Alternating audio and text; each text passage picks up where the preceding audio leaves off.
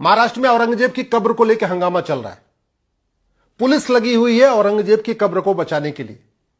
लेकिन सवाल यह है कि जिस वहशी दरिंदे ने हमारे पूर्वजों की हत्या किया, और 100, 200, 1000 नहीं, लाखों पूर्वजों की हत्या किया, लाखों माताओं और बहनों का बलात्कार करवाया अपने सैनिकों से, जिसके कारण हमारी माताओं और बहनों ने जौहर किया, उसकी कब्र को पुलिस क्यों बचा रही है, पुलिस क्यों प्रोटेक्ट कर रही है?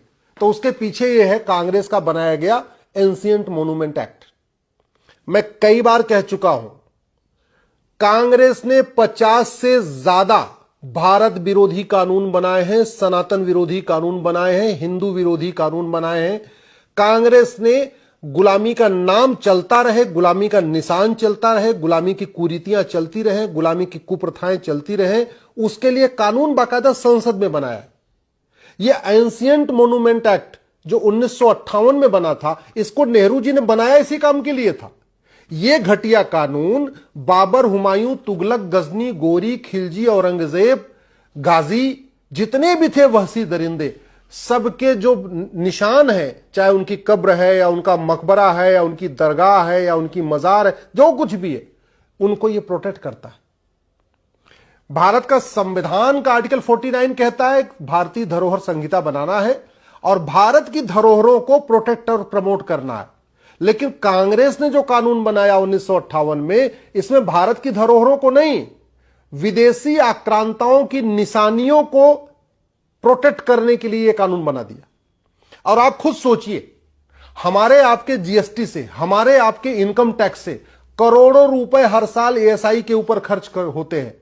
एएसआई के अधिकारियों पे, एएसआई के कर्मचारियों पे, एएसआई के लोगों के वेतन भत्ता पे, एएसआई का ऑफिस मेंटेन करने पे। और ये एएसआई का ऑफिस करता क्या है? बाबर, हुमायूं, तुगलक, गजनी, गोरी, खिलजी, औरंगजेब, गाजी, सलार, ऐसे लोगों की कब्रों को प्रोटेक्ट करता है। ये औरंगजेब की प्रोटेक्ट, अगर ये कानून नहीं होता तो कोई भी जाता औरंगजेब की कब्र के ऊपर कुछ भी तोड़फाड़ कर देता, कोई फर्क ही नहीं पड़ता, पुलिस बचाने नहीं आती। पूरे देश में वहशी दरिंदों की जो निशानियां हैं, उनको पुलिस प्रोटेक्ट कर रही इस घटिया कानून के कारण। तो पुलिस का वेतन भत्ता किस बात पे खर्च हो रहा है? पुलिस की ड्यूटी क्या बन गई है? वहशी दरिंदों को नामो निशान बचाना। एएसआई का क्या काम हो चुका है? वहशी दरिंदों का जो निशान है उसको प्रोटेक्ट करना, उसको बचा के रखना, वो खराब ना होने पाए, उसकी पेंटिंग करते रहना, उसका रखरखाव करते रहना। कितने आश्चर्य की बात है।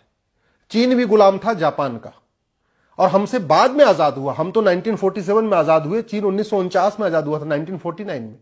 और एक साल के अंदर 1950 आते आते उसने जापानियों का नामो निशान मिटा दिया। न किसी जापानी के नाम पे सड़क, न किसी जापानी के नाम पे मोहल्ला, न किसी जापानी के नाम पे कोई गली, न उनके सिलेबस में किसी जापानी का नाम। उन्होंने अपने सिलेबस से भी हटा दिया।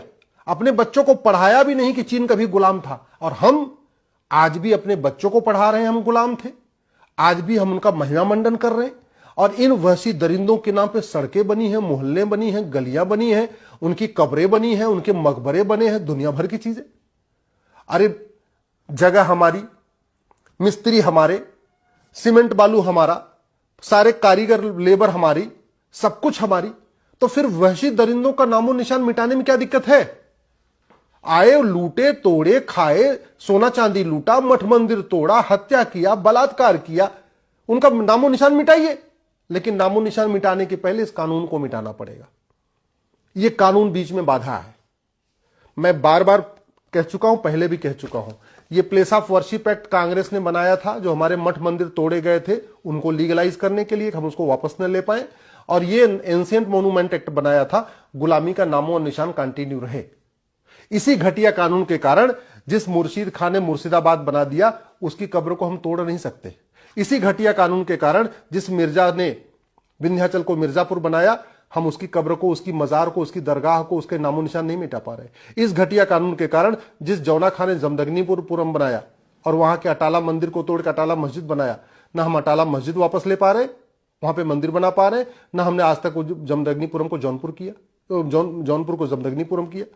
तो ऐसे वहशी दरिंदे, मुजफ्फर खां हुआ जिसने विदेह को मुजफ्फरपुर बना दिया, या होशियार खां जिसने विराट को होशियारपुर बना दिया, या गाजी खां जिसने गजप्रस को गाजियाबाद बना दिया, या फरीद खां जिसने तिलप्रस को फरीदाबाद बना दिया, या फरूख खां जिसने पंचाल को फरुखाबाद बना दिया, या मुराद खां जिसने रामगंगानगर को मुरादाबाद बना दिया, या बेगू खां, या शरीफुद्दीन, या दरभंग खां, या जमाल खां, या अहमद शाह जिसने कर्णावती को अहमदाबाद बना दिया।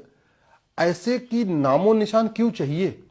मैं सरकार से निवेदन कर रहा हूं, कांग्रेस के द्वारा बनाए गए एंशिएंट मोन्यूमेंट एक्ट 1958 और प्लेस ऑफ वर्शिप एक्ट 1991, इन दोनों कानूनों को खत्म करिए।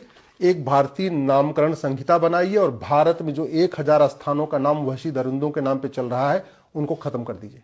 भारत में किसी सड़क का नाम, किसी गली का नाम, किसी मोहल्ले का नाम, किसी बिल्डिंग का नाम, किसी तहसील का नाम, किसी जिले का नाम, किसी शहर का नाम किसी भी वहशी दरिंदे के नाम पे नहीं होना चाहिए, क्योंकि उन्होंने एक भी शहर नया बसाया नहीं था, एक भी गांव नया बसाया नहीं था, उन्होंने बसे बसाए शहरों का नाम बदला था। और ऐसे ही ये प्लेस ऑफ वर्शिप एक्ट खत्म करिए और वहशी दरिंदों जितने हमारे मठ मंदिर तोड़े थे उनको रिस्टोर हम कर सके, उसके लिए भारतीय एक धर्मस्थल संहिता बनाइए, एक भारतीय धरोहर संहिता बनाइए, एक भारतीय नामकरण संहिता बनाइए और गुलामी का नामो निशान मिटाइए। ये जब तक कानून नहीं खत्म होंगे तब तक ये हंगामा चलता रहेगा। इसलिए मैं कहता हूं 1950 के बाद जो कांग्रेस ने घटिया 50 कानून बनाए हैं उन 50 कानूनों को खत्म करिए, और 1950 से पहले जो अंग्रेजों ने कानून बनाया था जिसमें से 222 कानून आज भी चल रहे हैं, उन सभी 222 कानूनों को खत्म करिए।